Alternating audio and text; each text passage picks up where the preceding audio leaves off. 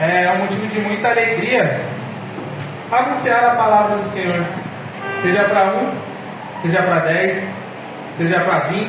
Amém, Senhor. Porque a palavra do Senhor já nos garante que onde tiver 1 ou 2 reunidos em favor do meu nome, ali estarei. E a nossa alegria é estar na presença do Pai. Não sei você, mas estar na presença do Pai é o melhor lugar. É o melhor lugar. Não há outro lugar que seja melhor do que estar na presença do Pai. Lá a gente é confortado, lá a gente é sustentado, é onde a gente é alimentado e é onde a gente permanece. Para a honra e glória do Senhor Jesus. Amém? Ok, pastorzão? Aqui já está a mídia, já está tudo certo? Ô, glória! Aleluia! Então, amados, essa palavra o Senhor vai nos falar bastante conosco, nos orientar a sustentar. Como a gente vai fazer para sustentar aquilo que o Senhor nos prometeu? E com base nisso, eu creio que assim como eu, você também quer entrar no reino. E entrar na terra prometida, no reino que foi prometido a nós através de Cristo. Amém? Números, livro de Números, no capítulo de número 13, no versículo de número 26.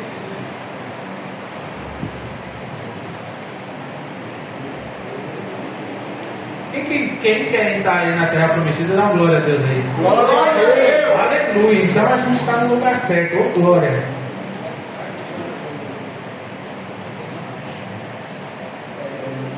(13 e 26) vai dizer assim, ó: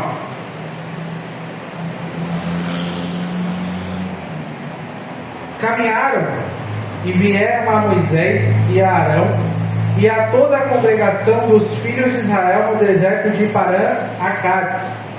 Deram-lhes conta e a eles e a toda a congregação e mostraram-lhes o fruto da terra. Relataram a Moisés e disseram: fomos à terra a quem nos enviastes, e verdadeiramente mana leite e mel. Este é o fruto dela. O povo, porém, que habita nessa terra é poderoso, e as cidades muito grandes e fortificadas. Também vimos ali os filhos de Anak. Os amalequitas habitam na terra do Negueb. Os heteus e os jebuseus e os amorreus habitam na montanha. Os cananeus habitam ao pé do mar e pela ribeira do Jordão.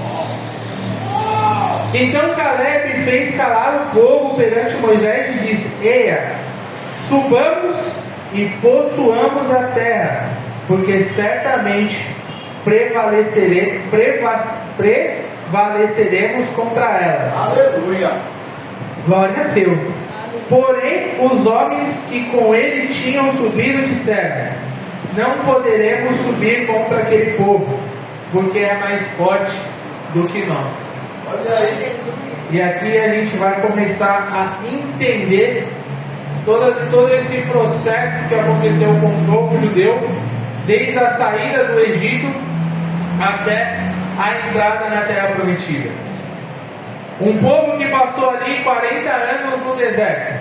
40 anos no deserto para que fossem sarados do pensamento de escravidão, do comportamento de escravidão, do jugo que eles carregavam de escravidão. Eles precisavam passar por esse tempo no deserto para que eles começassem a viver em obediência ao Senhor e fossem purificados para passar um novo tempo que o Senhor tinha para eles passarem a viver a promessa que o Senhor tinha feito a Moisés. Então era necessário que esse povo passasse por esse tempo no deserto. Era necessário para que todas aquelas coisas, todas aquelas amarras que eles tinham de pensamento de escravo fosse liberto. Não houvesse mais sobre eles o jugo da escravidão. Então, pela obediência, o Senhor faz com que eles vivam aquele período no deserto e eles passam ali até alguns comportamentos. Que em alguns momentos os aproximam e os afastam da presença do Senhor. Mas, em todo esse tempo que eles passam no deserto, em nenhum momento faltou a provisão do Senhor. Aleluia. Em todo o tempo eles tiveram a provisão do Senhor. O sol escaldante, o Senhor colocava a sua nuvem sobre o sol e eles eles tinham um tempo onde eles pudessem descansar. E durante a noite, que era um frio absurdo, tinha uma coluna de fogo sobre eles para os aquecer. Ou seja, então naquele deserto nunca faltou o suprimento do Senhor. Nunca faltou as mãos do Senhor sobre aquele povo. Mas era necessário que eles passassem e vivessem daquela forma. E dentro dessa história a gente vai falar sobre 3 personagens. 4 personagens. A gente vai falar sobre Josué e Caleb. Josué e Caleb eram homens que estavam ao lado de Moisés. Eles não tinham um papel tão atuante na saída do povo do Egito, mas ele estava sempre próximo a Moisés, como autoridade, como alguém que pudesse ali caminhar com Moisés e auxiliar o povo dentro das atividades cotidianas. Josué e Caleb já estavam com eles desde esse tempo. E num determinado momento, quando é chegada a hora de entrar na terra prometida, Moisés ele envia 12 homens para que eles vejam a terra e possam entrar na terra. E aí, irmãos, existe um caminho muito importante para que a gente entenda. O Senhor ele faz a promessa, a gente enxerga a promessa, e aí o passo que a gente precisa ter para entrar na promessa é a sua ação, é a atitude. Porque se a promessa do Senhor é muito grande, quando você enxerga a promessa e não está forjado, você vai olhar para ele e falar: meu Deus, é grande demais para mim. É verdade. Aí eu não vou. Aí eu não vou. Porque é grande demais. E aí você para, porque você não foi forjado realmente. Você não está enxergando todas as pequenas coisas que o Senhor fez com você, desde quando Ele te tirou do Egito até a terra prometida. Olha aí, A promessa já estava ali, a promessa já estava nas mãos deles, era só tomar posse. Mas faltava a fé. Faltava a fé para tomar posse da promessa. Porque uma coisa é o Senhor falar: ó, as coisas serão assim, você vai para as nações, você vai fazer isso, você vai ser assim, a promessa já existe sobre a sua vida. Só que quando você chega a hora de tomar, você ainda não foi forjado e você trava. Então é necessário que nós tenhamos discernimento para entender esse processo de uma fé que persevera, que continua apesar de todas as dificuldades. E aqui até coloquei um ponto que era importante, que é um ponto chave. É a confiança que a gente tem na promessa do Senhor, apesar da oposição. Porque quando a gente olha para o outro lado, talvez seja grande demais, talvez seja difícil, talvez seja impossível aos seus olhos, porque a gente não passa a ver com os olhos espirituais, a gente está olhando somente com os nossos olhos carnais. E nós precisamos ter intimidade com o Pai e alinhamento com a sua palavra para tomar conta da promessa. E outro, irmãos, tem mais um detalhe que é muito importante. A gente vai falar sobre o outro personagem, que ele, apesar da intimidade, perdeu a promessa. Então Josué e Caleb, eles tinham intimidade com a palavra de Deus, a ponto de olhar a dificuldade e falar: o Senhor é comigo, eu vou entrar. E é isso que nós precisamos, de uma fé que o Senhor é comigo, eu vou entrar. Eu vou entrar e eu vou tomar posse. Porque a partir desse ponto, amados, a gente, para tomar posse, a gente já não precisa só da intimidade.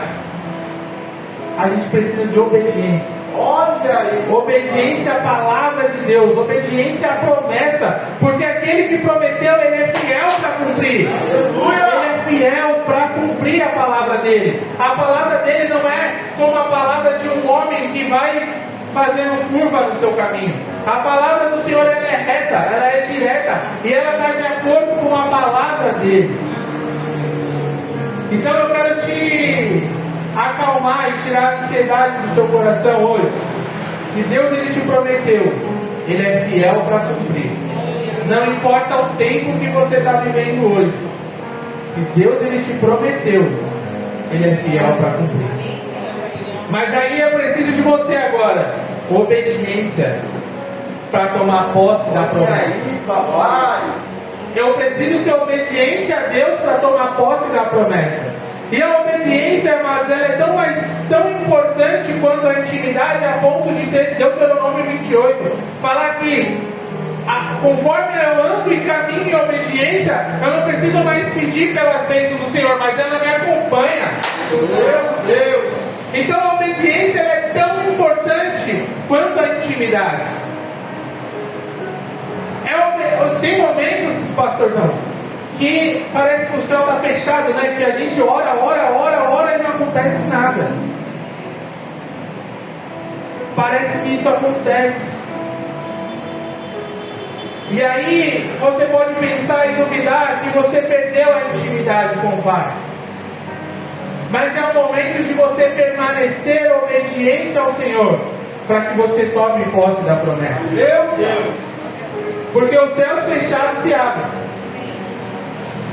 Com oração, com jejum, com entrega, com obediência ao Senhor, eles se abrem.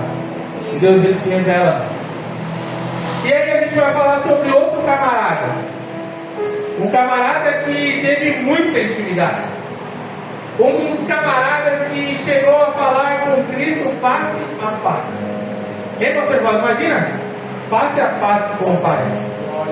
Ele não precisava mais de intermediários.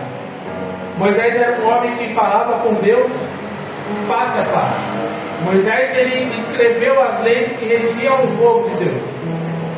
Então sobre ele foi colocada uma autoridade de governar aquele povo, de guiar aquele povo até a terra prometida.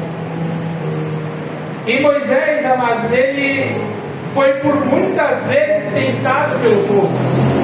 A palavra do Senhor vai nos mostrar lá que desde Êxodo até a morte de Moisés foi muito tentado pelo povo.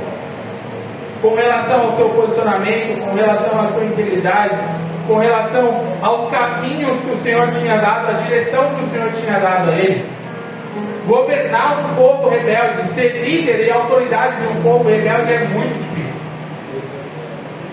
Para quem já precisou lidar com alguém rebelde, sabe como que é? Não é fácil. Porque você fala A, a pessoa entende Z. Você fala para fazer assim, a pessoa quer fazer de outro jeito. E aí, amados, Deus dá uma direção para Moisés. Ele enviou 12, volta 2 que vai entrar no terra prometida. Olha aí.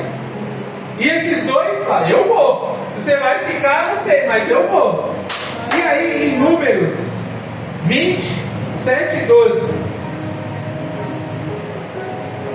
tem um ponto chave dessa palavra. Números 20, 7, versículo 7.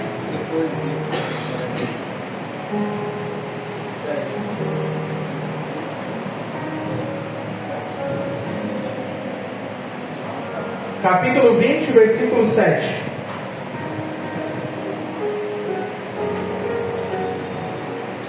Vai falar assim, ó. Disse o Senhor a Moisés: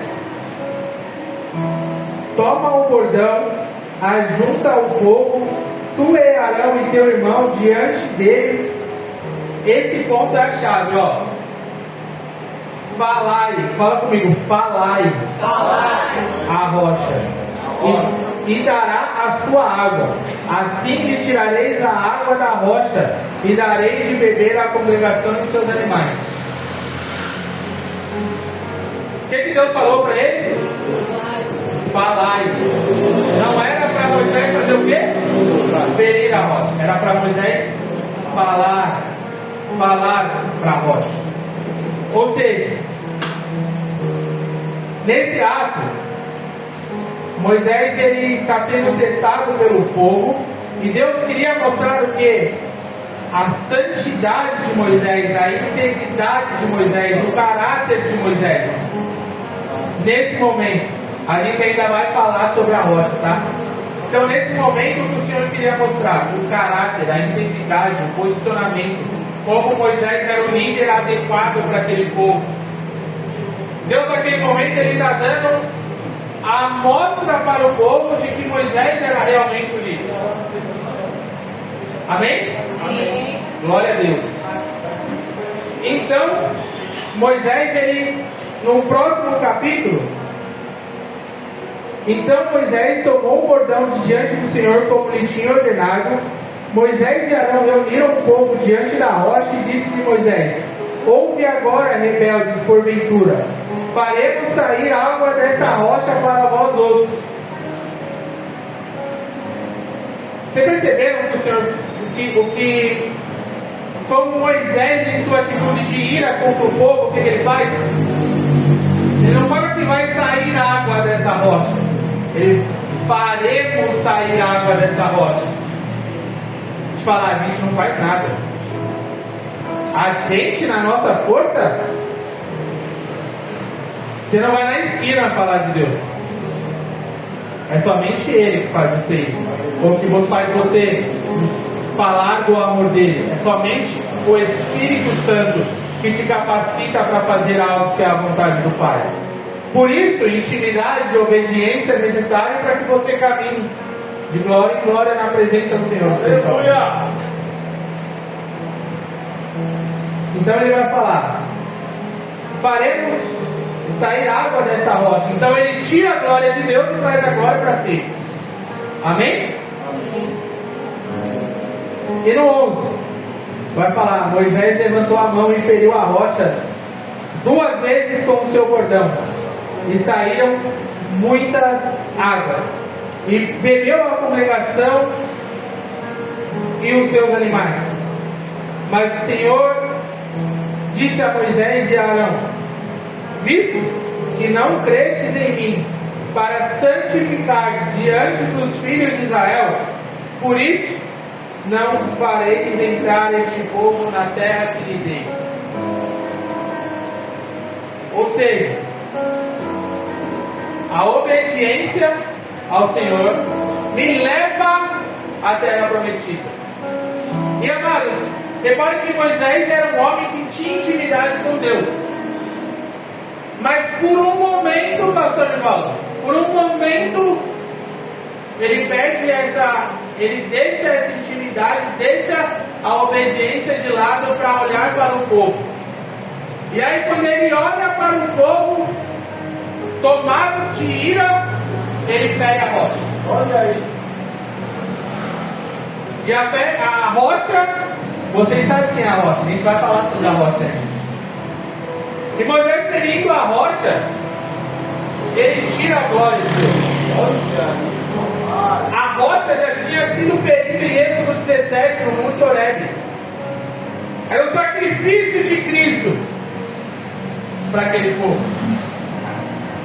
A rocha já tinha sido ferida, não precisava ferir de novo. Agora você precisa falar com a rocha, porque agora você precisa ter relacionamento, porque agora você tem intimidade, porque agora você precisa viver alicerçado sobre a rocha. Aleluia! E a rocha é Jesus Cristo, irmão. A rocha, ela é o próprio Cristo. É ela que sustenta, é Cristo que sustenta, é Ele que dá a provisão, é Ele que dá a força da continuidade, é Ele que dá a direção. Eu vou fazer a vontade do Pai, eu vou crescer na vontade do Pai quando eu ando sobre a rocha. Porque se eu não estou sobre a rocha, é como um vento que me leva. Tudo é vazio, tudo é desnecessário, tudo não dá frutos, frutos que nascem na estação certa. Por quê? Porque o meu centro, o centro da minha vida não é a rocha, rocha não é Cristo, é o eu, é a minha vontade, é o meu tempo. Eu preciso mostrar para alguém. E não é isso, a rocha nos alicerçando é para que Cristo seja o centro da nossa vida.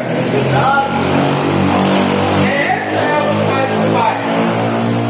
Essa é a vontade do Pai. Glória a Deus. Eu estou cansado.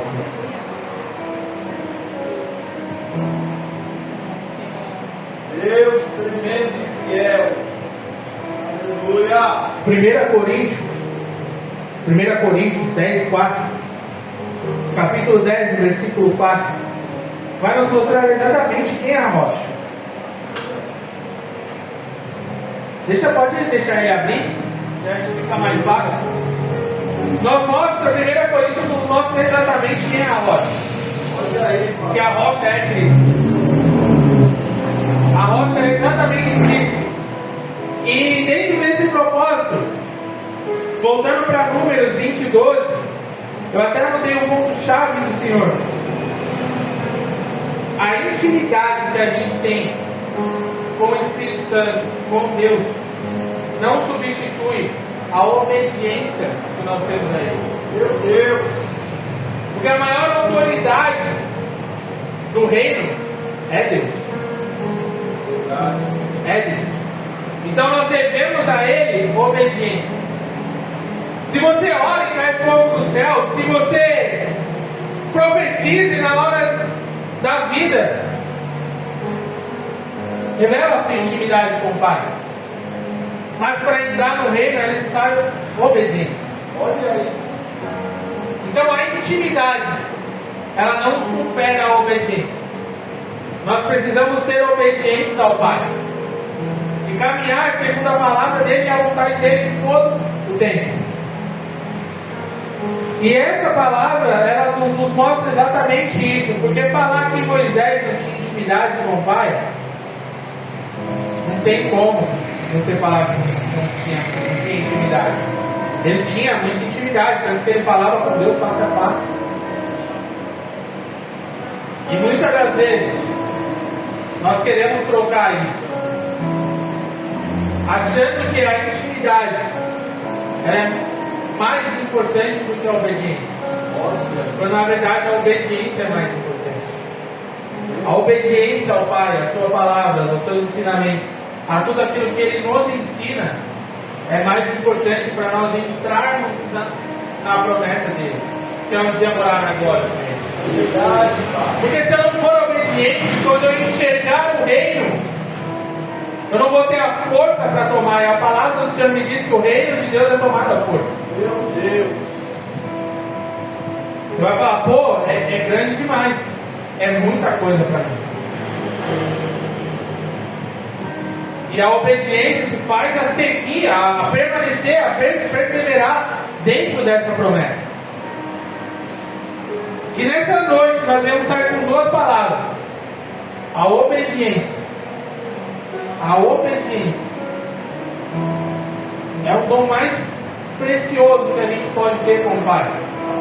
Porque em algum momento vai ter momentos de dificuldade das lutas, do dia a dia, do cotidiano, mas algo que a gente não pode virar as costas é a palavra de Deus e a obediência a ela. E a gente vai falar sobre a rocha. Meribá, que a gente falou em Números 20, é um momento de conflito. É um momento, Meribá é um momento de conflito, um momento de tensão, onde a autoridade é contestada, onde há conflito, onde há contenda no meio daquele povo. E o Senhor, Ele toma a frente de todas as coisas. E naquele momento ele é ferido como uma rocha. Mas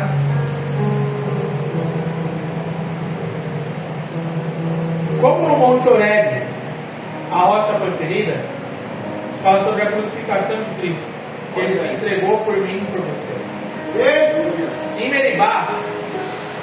recebe relacionamento e a graça do Pai. Por isso que Deus ele fala a Moisés para falar. Agora é o momento de você falar com o Pai. Toda a condenação que ele tinha sobre você, toda a escravidão que tinha sobre você, já foi perdoada na cruz do Calvário. O Senhor já carregou sobre si. Agora, você precisa ter intimidade e obediência para caminhar segundo a vontade dele. Isso precisa entrar, irmão, na tábua do seu coração. Porque se você não obedecer à vontade do Pai, você não vai entrar no reino de Deus. Meu Deus. E obedecer à vontade do Pai é caminhar de acordo com a vontade do Pai todos os dias. Não é a gente estar aqui na igreja de terça, de quarta, de domingo. Não somente isso, porque é bom que os irmãos vivam em comunhão. Porque a gente se fortalece quando o irmão cai ou tem dificuldade. A gente vai ajudar a se levantar, a gente vai ajudar a permanecer, a gente vai orar, a gente vai interceder. Isso é a vivência em comunidade. Isso é necessário para que nós nos fortalecemos. Mas viver a vontade do Pai, estar alinhado com a vontade do Pai, é todos os dias, quando eu entro no meu trabalho, quando eu falo do amor de Deus para aquela pessoa que está perdida, é quando a minha vida é uma forma de adoração ao Pai. E nós precisamos olhar para dentro e enxergar se essa água que sai da rocha está realmente nos lavando e nos purificando. Porque é isso que precisa acontecer. No domingo a gente teve uma ministração maravilhosa sobre a água. E é necessário que nós entendamos, nós estejamos todos os dias sendo lavados por essa água que é aqui.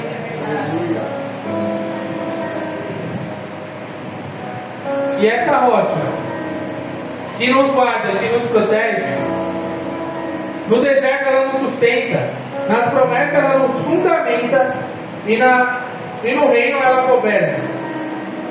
E agora, irmãos, eu quero falar sobre Ele, a rocha, sobre Cristo. João 7,37. Vamos lá. Eita Deus, fala mesmo, meu Pai.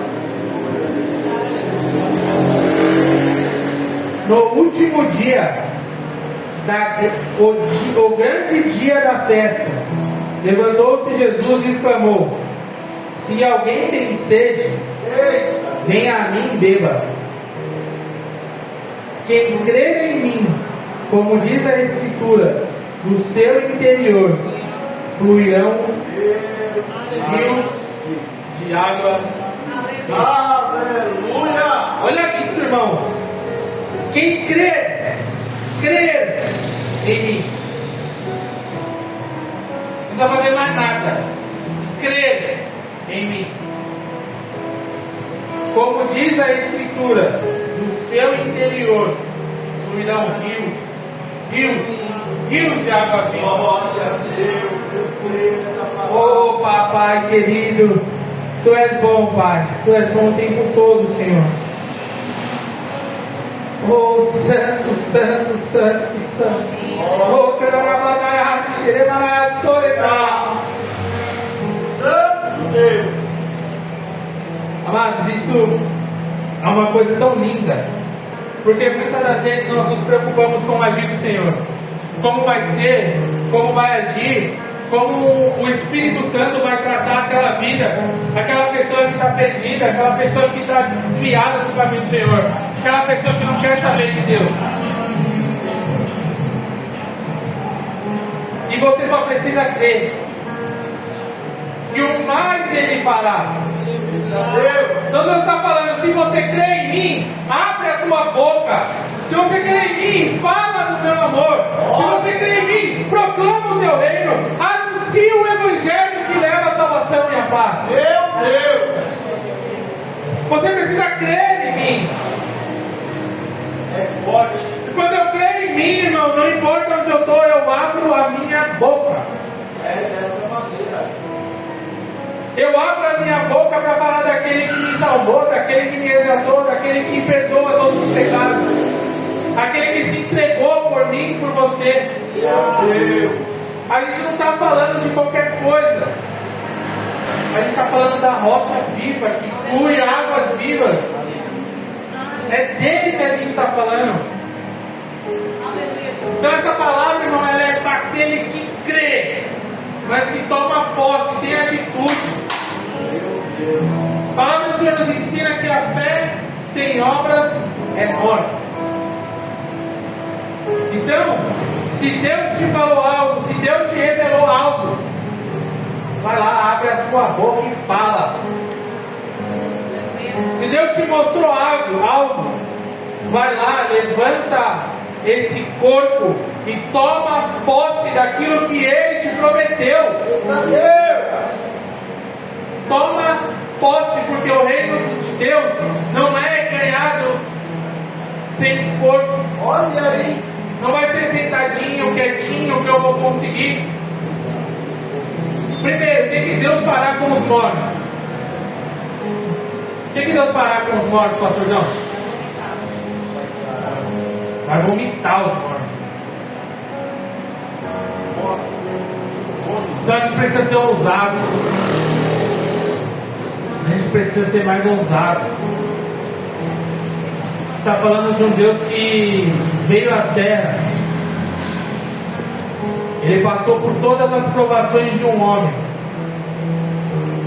Ele morreu, mas ele ressuscitou. Ele vive para sempre. Ele vive para sempre.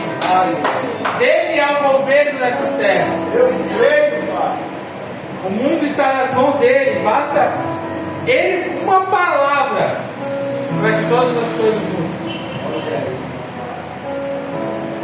Quero te falar nessa noite: obediência. Obediência à palavra do Senhor é mais importante. Quase todas as coisas. Mas é necessário que nós tenhamos intimidade para entender a promessa. É necessário que nós tenhamos relacionamento. E é necessário que nós tenhamos essa fé forjada para que nós venhamos entrar na terra prometida. E é necessário que nós cremos no Senhor para que flua rios de água viva. Meu Deus! E é necessário que a demonstração desse crer seja a nossa boca anunciando a salvação. Porque, amados, para aquele irmão que você vê que não tem salvação, é Deus que Ele quer te usar. É para esse cara que vai precisar fluir os rios de água viva em você na vida dele. Meu Deus! Por Cristo. Por Cristo. Aleluia, glória a Deus. Quando eu orava, em Apocalipse 11:15, só para a gente encerrar e eu entrego a palavra dentro do período, amém? Apocalipse 11, no versículo de número 15.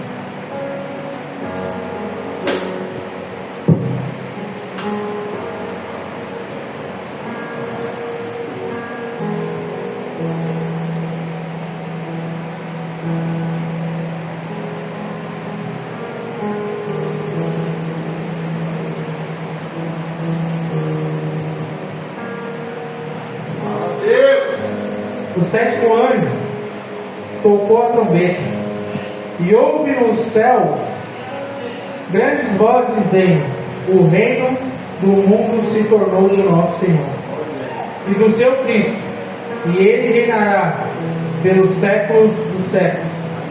E os 24 anciões que se encontraram sentados no seu trono diante de Deus prostraram-se sobre o seu rosto e adoraram a Deus, dizendo: graça te damos, Senhor Deus Todo-Poderoso, que és e que eras, porque assumiste o teu grande poder e passaste a reinar na verdade. As nações se enfurecerão.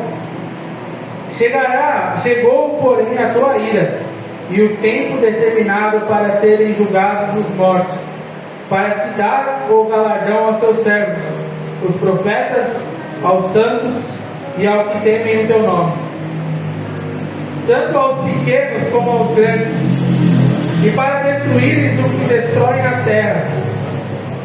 Abriu-se então o santuário de Deus, que se acha no seu céu, e foi vista a arca da aliança no seu santuário. E sobrevieram relâmpagos, vozes, trovões e grandes saraivadas. Irmãos, essa palavra de encerramento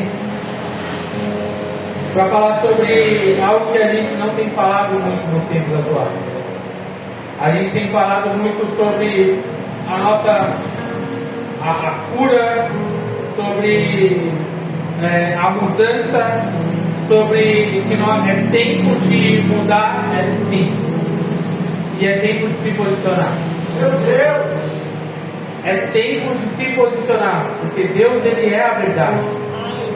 Irmãos, no decorrer desse, a partir de 2026 até 2030, a gente vai viver um tempo de total mudança do mundo. E é necessário, não é mais brincadeira. Porque a gente ouve desde quando eu era pequeno, eu ouço que é chegada a hora, mas a gente não sabe a hora. Mas todas as coisas que a palavra do Senhor diz que acontece, que irá acontecer no final do tempo, nos finais do tempo, está se cumprindo. Se você ler Apocalipse e guardar cada palavra, você vai ver que a hora está chegando. E é necessário um posicionamento. Não dá para viver mais morno. Eu não quero ser vomitado, não. Olha aí. Eu não quero ser vomitado.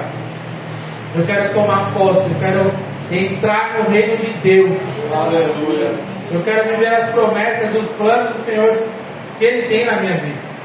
E Ele tem na sua vida também. Mas é necessário, irmãos, que essa obediência, não a mim, porque eu não sou ninguém, mas a palavra.